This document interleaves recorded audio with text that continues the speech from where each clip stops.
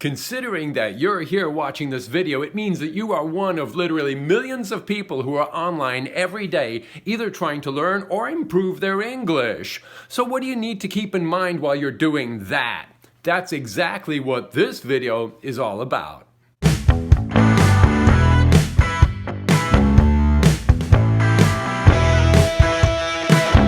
Sit back and strap yourself in, because today I'm talking about 5 important considerations when you go online to learn or improve your English. Here's number 1.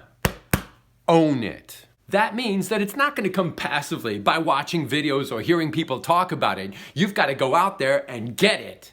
Where? There are tons of resources online where you can learn vocabulary, practice your pronunciation, learn grammar, read, and practice your listening. But don't forget to watch my videos.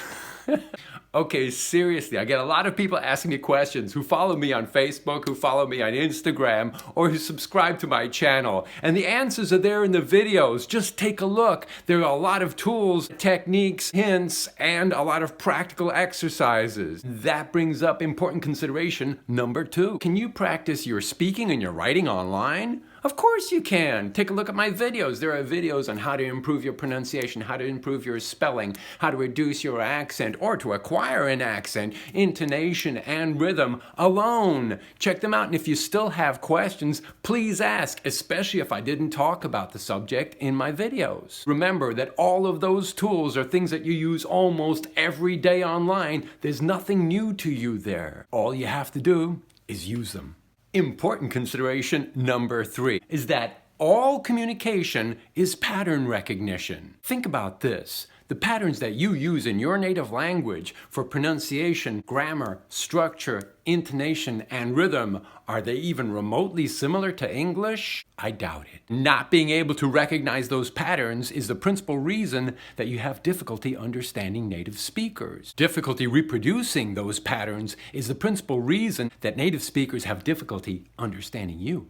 You've probably heard the expression, practice makes perfect. Don't think of it as practice. Think about it as building your ability to recognize and reproduce those patterns that are essential to communication. Now, here's important consideration number 4.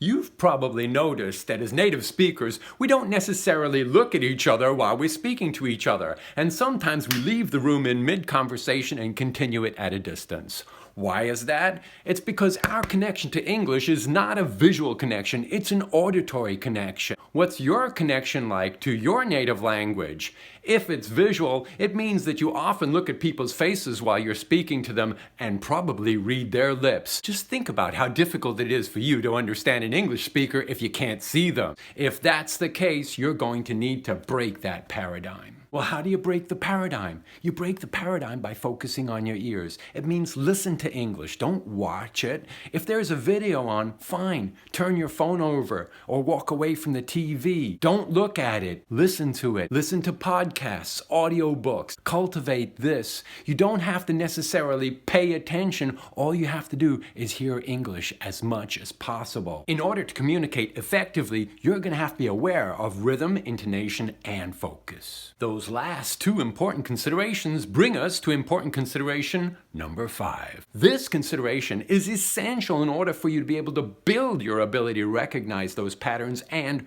reproduce them, and to strengthen your auditory connection to the English language. It's extremely important for you to expose yourself to English being spoken naturally. What does that mean? It means that you should avoid anybody who's speaking English intentionally slowly, including teachers, so that you can understand what they're saying, because that is not what you are going to hear out there. I'm pretty sure that up to this point you haven't taken any notes, so I'm going to help you out. I'm going to lay it all out for you.